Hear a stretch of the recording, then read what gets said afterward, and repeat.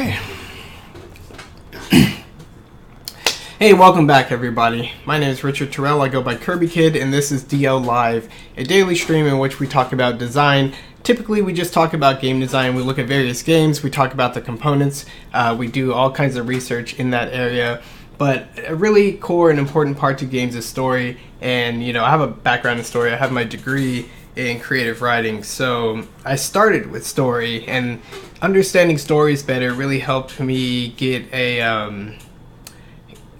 kick-started in understanding how to understand games, starting to analyze games and breaking it down and developing different critical modes. So in a lot of ways, the structure that I found talking about stories helped me there. But then again, video games have stories in them, so it's actually kind of important to understand what they are and how they work. And this is just something I wanted to talk about today. It's like a particular aspect of stories, but we're gonna have to lay a little bit of a groundwork before we get started. No big deal. Just keep in mind that we do this kind of thing all the time, so if you like it, you should follow us on Twitch. We have a YouTube channel at Design Oriented. Our Twitter is at Design Oriented, and we have a link to our Discord, which is open to anybody. It's also on the Twitter. So with that said, we're going to move directly into our discussion point here. So the first thing I want to discuss is the Ced Story System. I don't really have a fancy cool acronym for this like I do for the D-Cart, but the Ced Story System is essentially content, execution, and discourse. I outlined the entire thing on my old blog, Critical Gaming, in the design course 808, Story and Communication. And it's the very first thing I go over in this complex and long series about such things. And the purpose of this article series was to break down stories and what they are and how they work and why they're important. And the core way we do that is through these three categories. Content, which is the stuff that goes into the story, the stuff it's made of, like setting, character, plot, complexity, simplicity, like how much stuff's actually in it, and the themes that those things create. And aside from content, there's the execution of the story. And even if you have all the same elements here, setting, character, plot, theme, just by changing the way you execute a story, you can create an entirely different feel. I should probably make that a little bit bigger. You can create a very different feel, go with a different medium, do all kinds of things with your execution. And it seems like to me, the real touch of a master craftsman, a master craft storyteller, is their ability to execute on ideas. Because, you can write a story about the littlest moments, the smallest things in life, the tiniest feelings, but the way that you contextualize that and build it up and show it makes all the difference. So when we are considering things about how people execute on this content, we consider things like how efficient it is, coherence, like if we can even make sense of what's going on, pacing, how information is unveiled, what order and how quickly, style and language, which includes a lot of things from, the actual language that's being used and the dialects that people use, the colloquialisms for written stories, but for other mediums it includes the visual language, the visual style, colors, are they monochromatic or are they using black and white, and there's all these different ways. Just about anything you can think of that's stylistic, you can chalk it up to just sort of a base level of options and tools that they use to communicate what they're doing. Because when you're looking at a black and white story, it's not that the characters in the story believe or feel that they're in a black and white world. Usually that's not the case, but we as viewers see that style and we run with it. Likewise, the medium that you choose, every medium has pros and cons. Books aren't the ultimate storytelling medium. They're just a really good one for very specific types of stories. And because books and written language have been around for so long, that craft has been furthered for a long time, and people worked on it and discovered what's good about it, and they wrote a lot. So the written medium has a huge head start on video games, but it doesn't mean that they are superior across the board. So every medium has its pros and cons. You can read more about that on this article. And then there's this little dynamic element. Some stories are actually interactive or are not static, and preserved over time. They actually change or maybe even are altered every time you view it. So there's just a little category here for, execution. You might want to consider how interactive or dynamic it is. And the final category is discourse. This is really high level stuff, and I think it's so high level that I really feel like most people shouldn't even bother talking about it because it's really not worth it. One thing to note about the CED system is it starts off least complex and it gets more and more complex as you go C to E to D. And discourse is really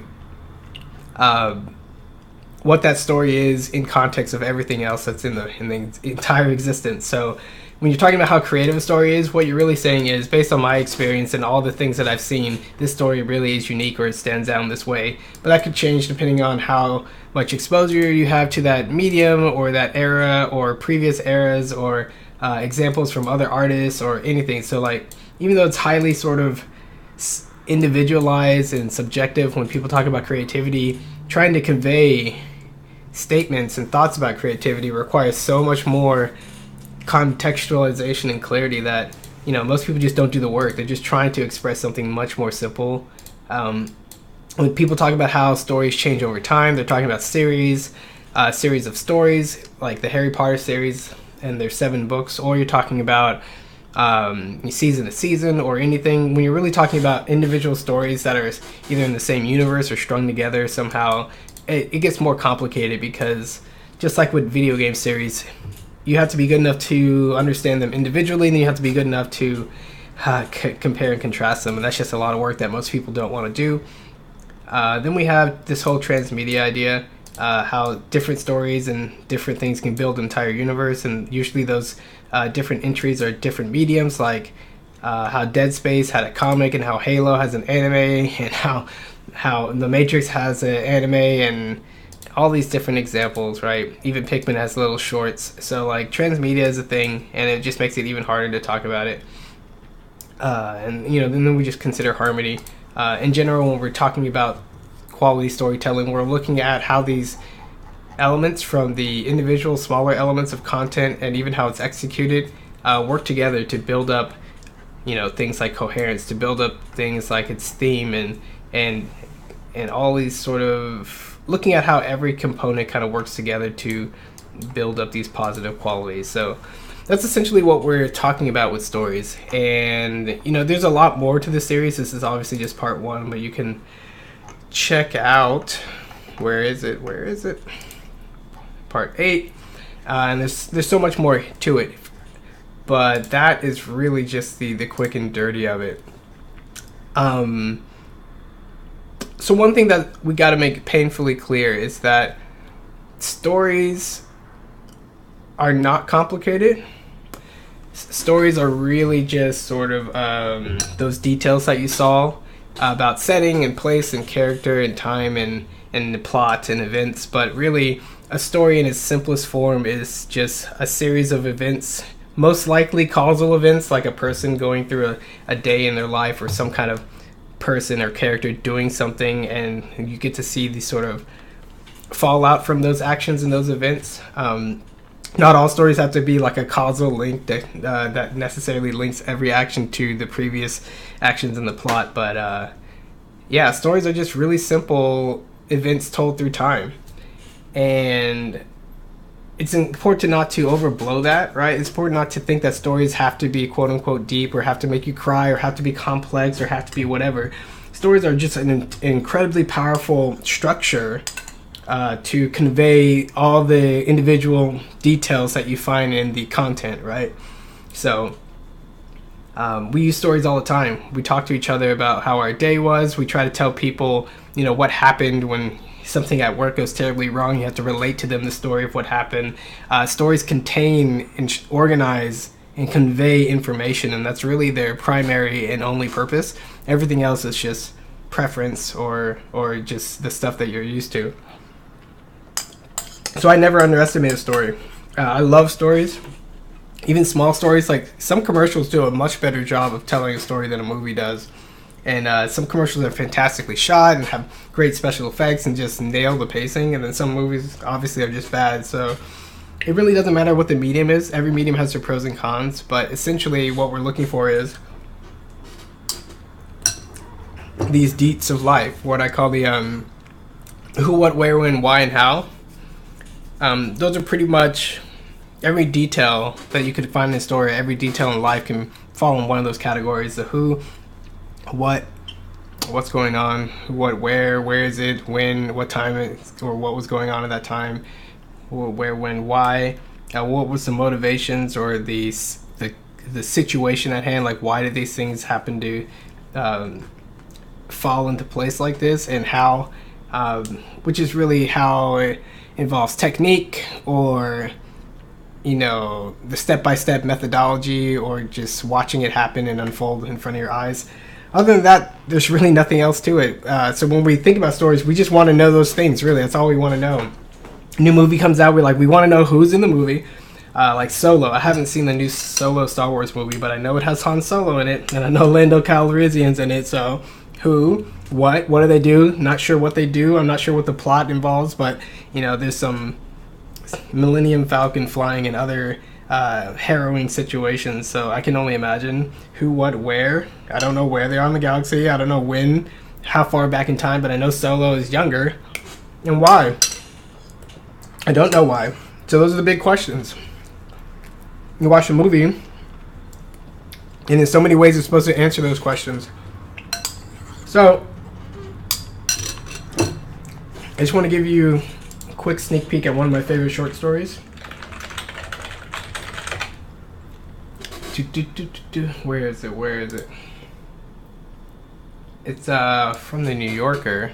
Let me drag that over here. And what does it say? Here we aren't so quickly.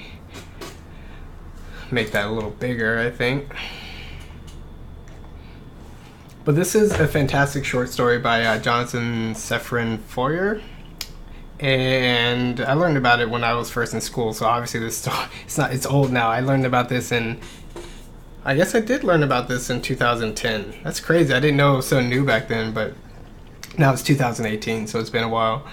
And this short story is really honest, right? A lot of people get hung up on trying to make a good story or trying to make a story sound like it's sophisticated. You see this all the time in amateur writers. You see this all the time in high school writing, where they try to copy and emulate the voices of, the classic writers that they study. But it kind of misses the point. You should typically write from your own experiences. The stories you want to tell should be things that you want to say about experiences that you have firsthand, or things that you think. And that way, your voice is really the same voice that you use talking to anybody else in the everyday life. The same words that you use to tell somebody about your day should be the same words and the same style that you use to tell somebody any other thing about you that you see, think, feel, whatever. And this story is a fantastic example of everyday speech, just common writing. Very short, small individual statements, nothing too scholarly, nothing too literary, nothing too fancy, just one statement after the other that slowly builds over time. But I'll read a little bit of it here. So, I was not good at drawing faces. I was just joking most of the time. I was not decisive in changing rooms or anywhere. I was so late because I was looking for flowers. I was just going through a tunnel when my mother called. I was not able to make toast without the radio. I was not able to tell if compliments were backhanded. I was not as tired as I said. You were not able to ignore furniture imperfections. You were too light to arm the airbag. You were not able to open most jars. You were not sure how you had or how you should wear your hair. And so, 10 minutes late and halfway down the stairs, you would examine your reflection in the framed picture of dead family. You were not angry, just protecting your dignity. And it goes back and forth like this with the IU kind of basic structure all the way down. And, the story's not too long, it's just a couple of pages. But you can imagine just each one of these sentences are individual. Each one of these sentences, for the most part, don't connect to each other in like a direct causal way. The scene is not set. The time is implied. But just from sort of reading into the lines and not stuffing too much complexity into each sentence, you really get a snapshot, a really accurate snapshot of how this couple live with each other, how they live with each other, and how they changed over time. I'm not going to spoil it. I'll drop the link in the description for you to read. I definitely recommend reading it. But all the way down, stuff like this where I was not as tired as I said. One of the cool parts about conveying details in a story is that when you get used to the way people talk, when you get used to their voice, when you just have lived enough experiences in life, you can read a sentence like this, I was not as tired as I said, and like there's a whole quote unquote story behind this one statement. You can imagine that, if the wife wanted him to do something and it was sort of a sticking point in their relationship, like he really didn't want to do it, and he said he would do it, and then right when it came to the time when he was supposed to actually do the thing, he was like, you know what, I'm tired, like we've been working all day and you don't want to do it, and you can imagine that's how that situation resolved. But in his moment of honesty, thinking back on things, he's able to admit that he wasn't as tired as he said, which is kind of like, there's so much there kind of in between the lines. And even thinking about it like that, like you're not going to get any concrete hard details about what this means, but this kind of statement is something you can relate to, because this entire story is written in everyday speech and about everyday relatively normal situations, and that's why it's so powerful.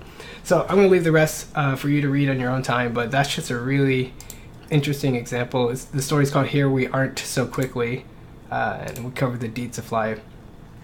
I don't think I'm going to be able to do this one.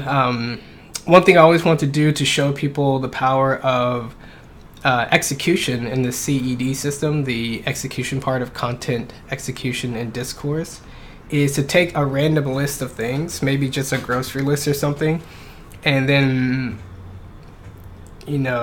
show the power of sequence by rearranging those things in different orders, to try to highlight certain ideas or de-emphasize other ideas and all these different things.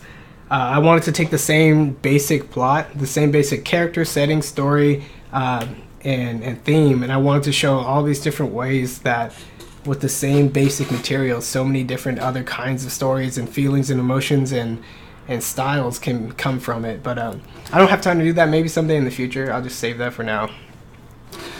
But that sets the entire foundation of what we're going to be covering in the next half of this video. I got my chat open, so if you say anything, go ahead and type in something so I know it's working. Otherwise, you can assume my pop-up chat is not working. So I watch a lot of commercials. I watch a lot of animes. I've read books. I don't read a lot of books nowadays. I've written a lot, thought about these things a lot, analyzed a lot of video games for their design and their story. So here's one interesting thing that I thought of that pertains to story design. A lot of people have questions. Well, maybe I should answer the questions before. Where are the questions? I don't even know. Did I even put the questions here somewhere? Oh, probably here? No. Hold on, guys. I'm pretty sure I saved everybody's questions from when I asked them what story questions they have. I just can't find them right now. I'm going to type in the word question. And they're not here.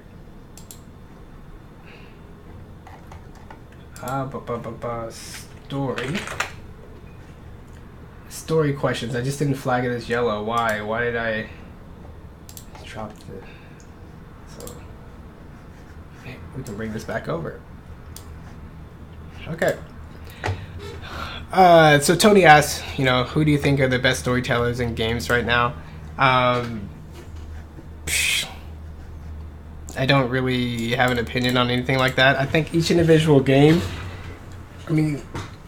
so what I'll say for the most part is a ton of games love to do stuff with just the content part of the CED system. They don't actually want to tell a story, but they want to set a world, and most of that I consider just to be setting, right?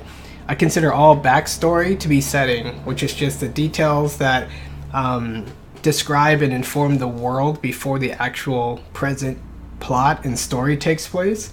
So every time you read any text about like, oh, this place used to be belonged to this person and then it burned and then the dragon came by and repaired it and then baked a cake and gave it to Mario, like all that's backstory. I don't consider that to be the storytelling of the game.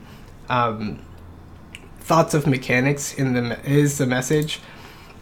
I think I know what you're saying here, Tony, and I think the best way to answer that is the other article series that's further down in the Design 808. Where is that? So this is about feedback in video games and clearly communicating things with visual language. This is a little bit about language, and this section here is really cool because it's about metaphor. And that's what this series is, metaphor meaning matriculation, with this really cool old commercial.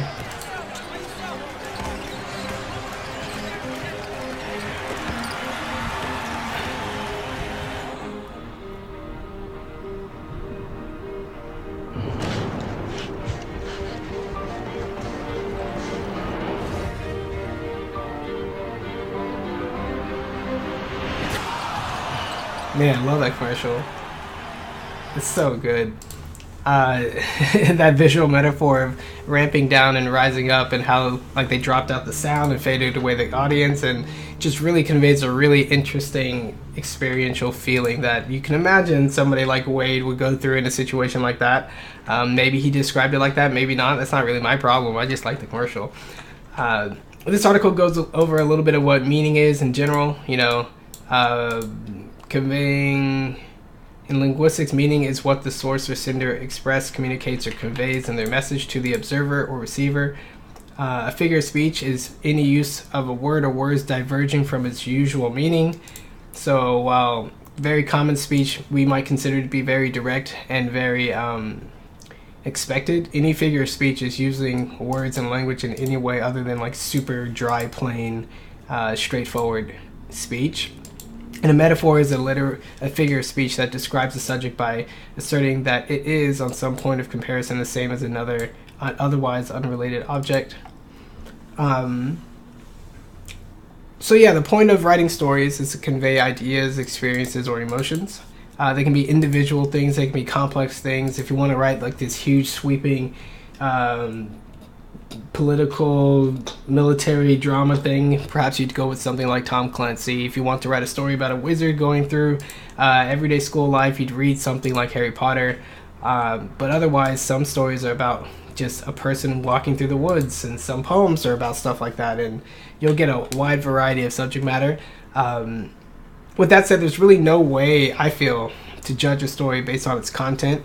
It's really all about the execution. I mean, you can have preferences for contents, like you like medieval stories or high fantasy stories or whatever, but beyond that, the quality of the story comes out in this content. And that's just running on the basic idea that all stories are the details of life. Each and every one of them can be interesting and are interesting. And it's just story's job to convey that information effectively. And beyond that, what you do with that information, it's just whatever. Because sometimes we use stories to learn, like I said. Sometimes we use it just to share information. Sometimes we use stories to inform people or motivate them or whatever. All that secondary effects are just, icing on the cake. But stories are just supposed to convey information in a really effective way. Which is cool because as we say commonly about learning theory, humans can only store like 4 bits at a time. And when your story is literally thousands of bits of data about characters and what they do and what they think and how they feel, the structure of a story and how you organize it and how you convey that information, how you execute on it, it takes a lot of burden off of the reader or the viewer or the listener, and it just allows them to enjoy this really smooth learning experience, and that's cannot be understated, but we'll get to that later or whatever. So here's the point of literature, conveying information. It talks about the strength of metaphors and also the drawback of metaphors and using figurative language like that. And in part 2, we talk about what a metaphor could mean in game design, right? It's an interesting and tricky topic and conversation, really not within the scope of this video, but I thought I'd point that out just in case you wanted to check that out. Is it better to tell your story through short games or short main stories? That's because I kind of feel like a lot of pacing is thrown out the window when you make your game. Thanks, Grammarly. Game super long. God of War 2008 is a good example of what I mean. Yeah, so like I said before, stories with games are people think of it like this, and I think there's a lot of truth to that, are really oftentimes viewed as a separate consideration to the gameplay. And as much as you try to make the two cohesive, oftentimes there is some give and take.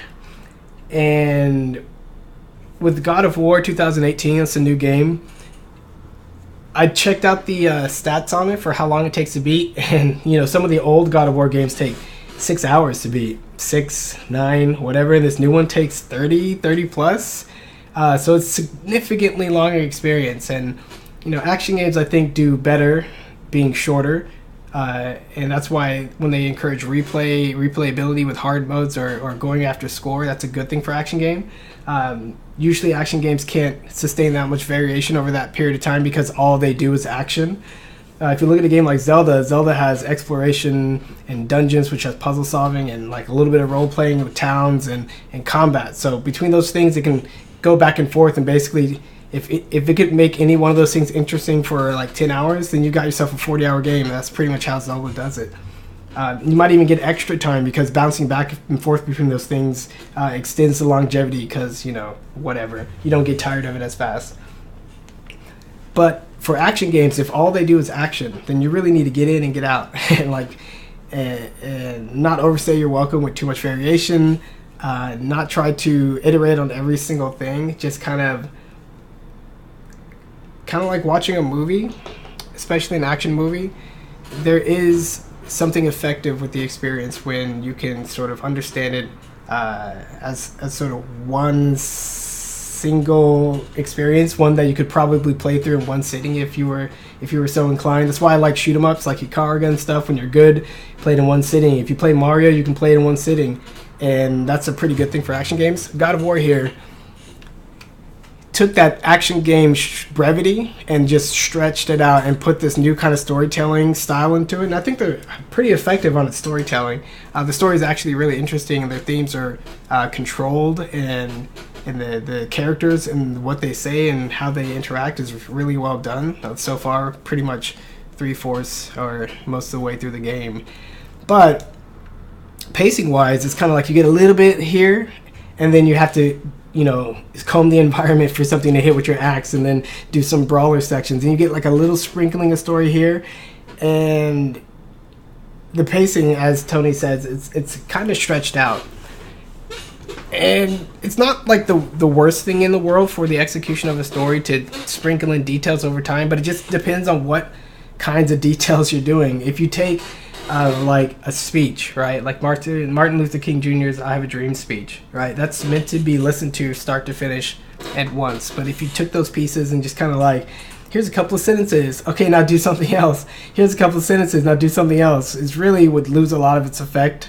Martin Luther King, and especially in his sort of preaching style, like sing-song oration, you would lose the music in it if you broke it up like that and too much. And I feel like there's a lot of storytelling elements in the God of War storytelling that are taken from mediums that have a continuous experience, and then they just break it up because it's a video game. I think the stories like The Last of Us, because obviously God of War is kind of inspired by The Last of Us, and then The Last of Us is inspired by movies, except for movies can get away with that because they're shorter and they don't break up their experience, and they montage when they have to, and they use all sorts of other kinds of techniques in order to keep the flow going. And you see that it's the opposite the more and more these games try to incorporate those things. But let's see, it's the streaming lagging. Which part is lagging? My voice? Oops. So that's the answer to that. Let's see. What's the worst story in a game, and why is it BioShock Infinite?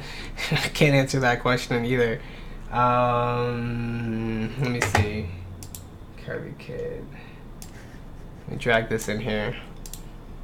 Just glancing by these games, I'm trying to think of which had a bad story. So it's kind of hard to say stuff like that.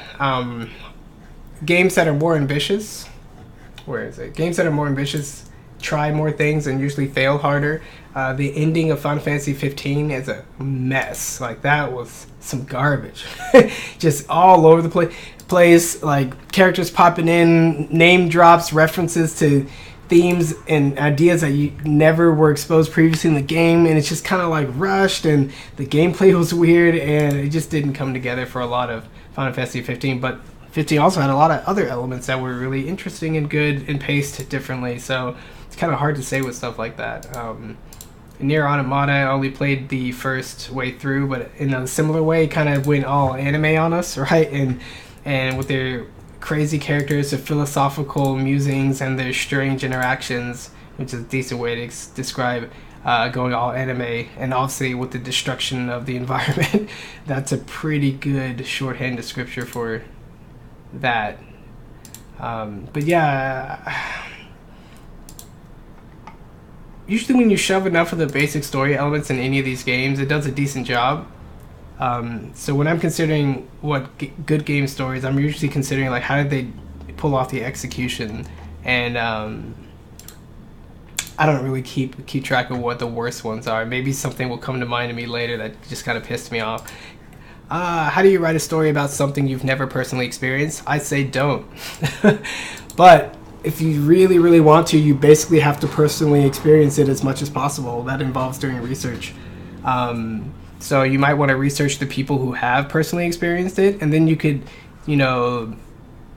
as much as possible, try to empathize and sympathize with them, and then take that feeling, experience, and use the details that they give you, and maybe other details you've researched, and pull together a story that both is reflective of the real world experiences and point of views and thoughts and feelings. But then you could make up a story with like what do they call it, historical fiction.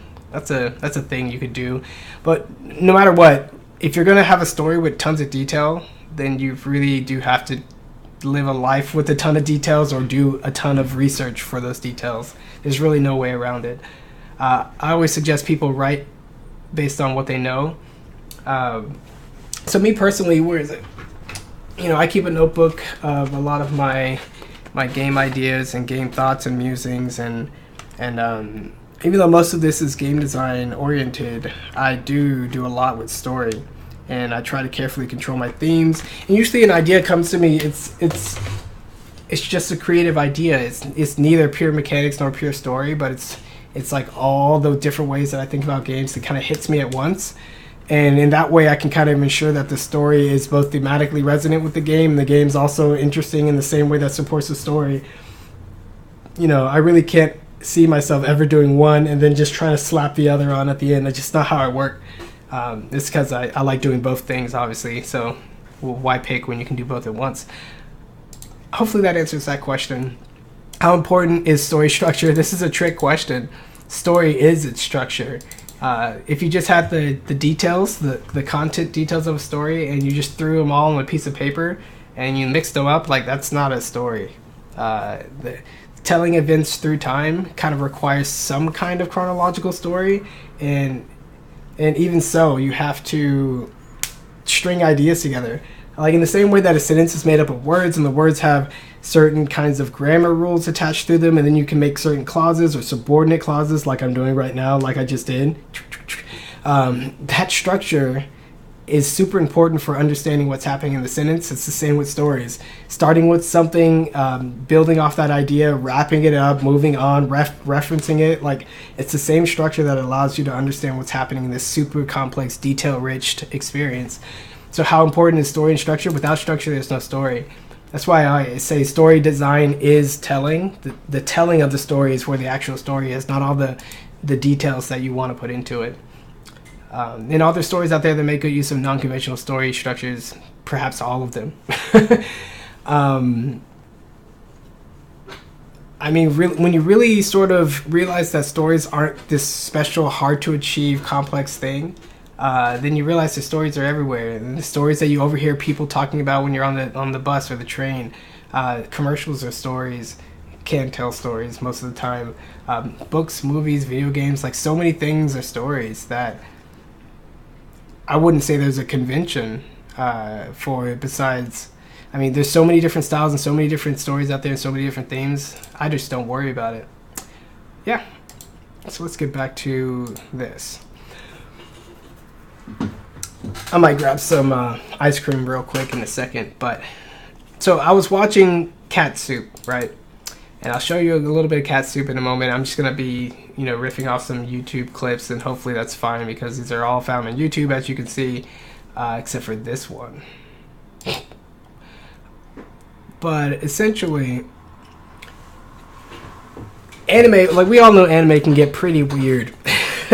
And I like a lot of that weirdness. I thought, well, it's just, interacting with the norms of a different culture. When you first start watching anime, maybe everything looks weird, and you don't know why they have a weird drop that appears on their head, a little sweat drop, and you don't know why, they have certain kind of outtakes that aren't like our outtakes, and you don't know why they emote like this. You don't know why when they sneeze, or when one character talks about another character, then they sneeze, and all these little cultural colloquial things, right? Like maybe that's it, but that's not it, because anime is weird. And they do a lot of stuff with the manga scene and the anime scene in Japan. They have a lot of people pouring a lot of interesting ideas and creativity into it, iterating on that and riffing off of each other, more so than we have, I think, here in the States. We do a lot with live action, and they do a lot with animation, kind of like the flip side of the coin.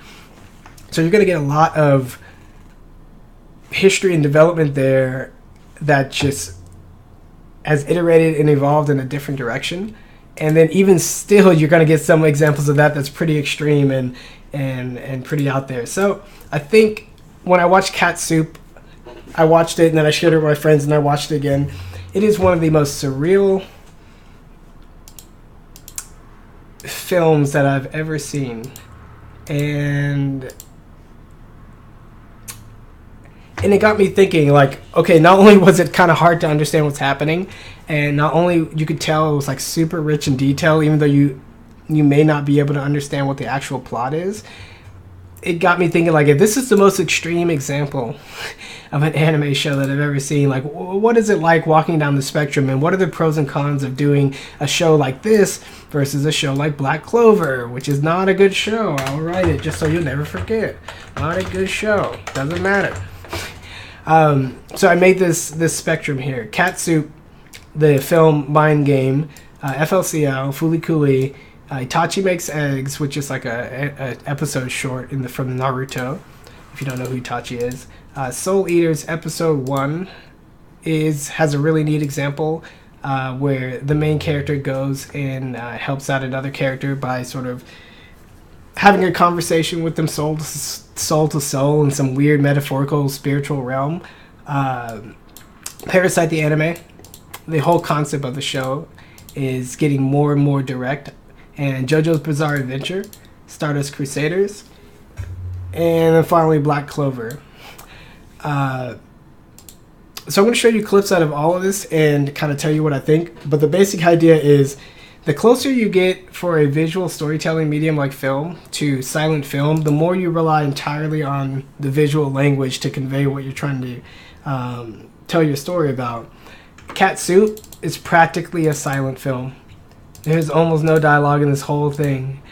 Mind Game has a lot of dialogue, but it does a whole bunch of things with images and style. Like it's like a tour de force of style, where 1 second, like second to second, you could be looking at one thing and then looking at like a very different sort of mismatch of a collage of other types of medium, like photographs or video game clips or digital pixel art or hand-drawn animation. Like it's crazy.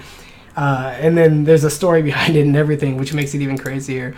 FLCO is probably my favorite anime of all time, and I recently watched it again in preparation for the new episodes. But this show, I think one of the main takeaways that everyone had when they first watched it is that this show is just crazy, right? It's kind of like it doesn't sacrifice everything to tell its jokes, which is, what other comedy style shows do. Maybe like XL Saga.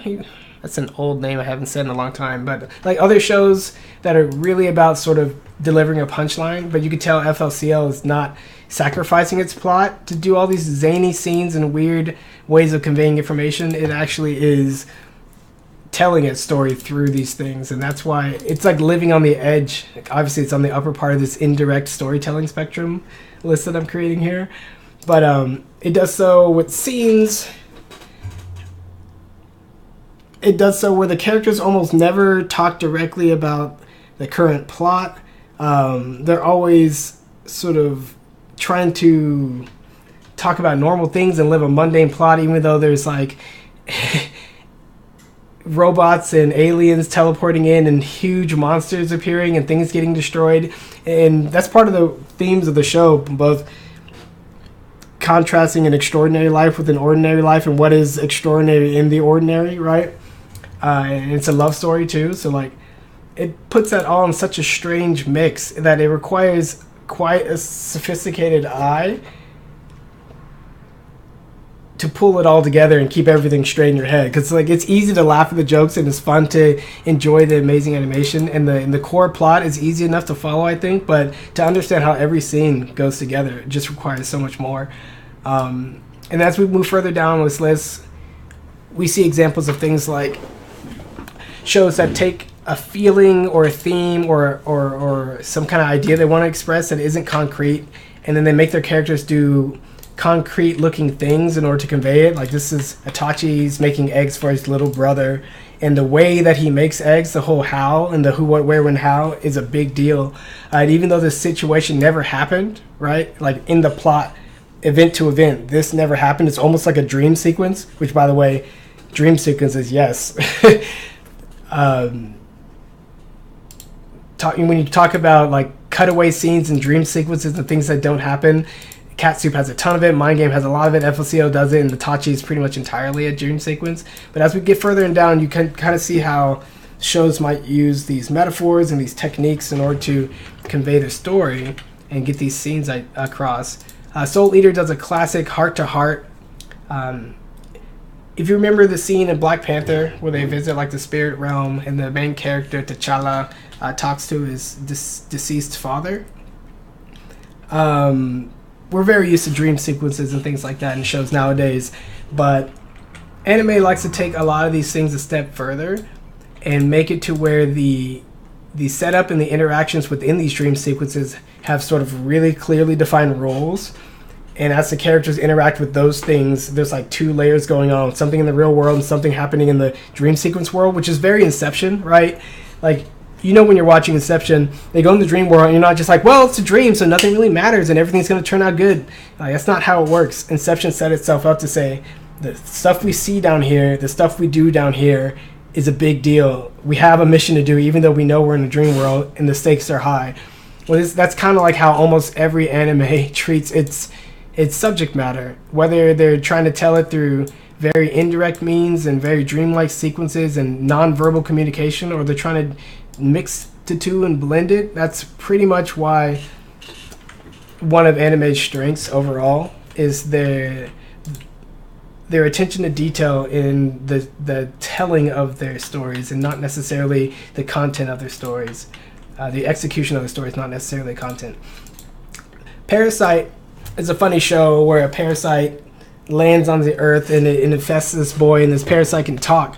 And these parasites are initially seen to be these evil alien creatures, and they're killing people. But because this one's attached to this kid and they both survived, like the parasite both survived and the boy did, they get to have interesting conversations, and the fusion of their two natures and the chiasmos, so the crossing of ways of their goals, is the entire plot of the show. And one learns from the other, and the other learns from the other, the whole you teach me, I teach you Pokemon kind of thing. But their existence as a character is a literal, physical representation of the theme, and it's like a metaphor in and of itself. But that's the premise of the show, so they just run with it. You're not going to wake up from this dream sequence and everything's going to go back to normal. It starts strange, and it ends stranger, and that's why Parasite, Parasite's set in a normal city, like Japanese city, so like a lot of what you see in the shows down to earth, mundane, everyday, but this premise keeps everything a little bit more interesting than normal. But that's why it's a little bit further down the list. It's not a dream sequence, it's actually the real life of the show. And through their actions in Parasite, a lot of the themes are manifested. Sure, they talk a lot. The further down you go on this list, you're going to get more and more talking directly about the actual plot events. Like I said in FLCL, they don't actually talk about their plot too much. But the further you get down here, they actually directly deal with their plot with direct dialogue. In a lot of ways, when you're talking about filmmaking, dialogue can be a major crutch, because you'll have the tendency to want to go too directly to your goal, right? That's why this is a direct to indirect spectrum. So in JoJo's Bizarre Adventure, these macho-looking men walk around. They have strange, magical, supernatural powers. But the way that the plot goes and the way that the characters unveil themselves and the way that they express their motivations is all heavily plot-based. Or not plot-based, dialogue-based. And we'll see a bit of that in a second. But they're just going to go around talking, and just telling you what they feel and telling you when they're surprised. And sure, they're going to express themselves and emote and animate or whatever, but for the most part, the characters are standing around thinking to themselves and talking to themselves a lot just to get the plot to go by. So you'll see that in a second. And Black Clover is a bad show. But Black Clover is so direct. The scenarios they set up are so ho-hum. And the manner in which they tell their stories is so inadequate that it's all the way in the bottom of my list. And we'll see that in a second. So let's start with, I don't have a clip of Black Clover, I don't think, but I want to show you JoJo. We're going to start with the direct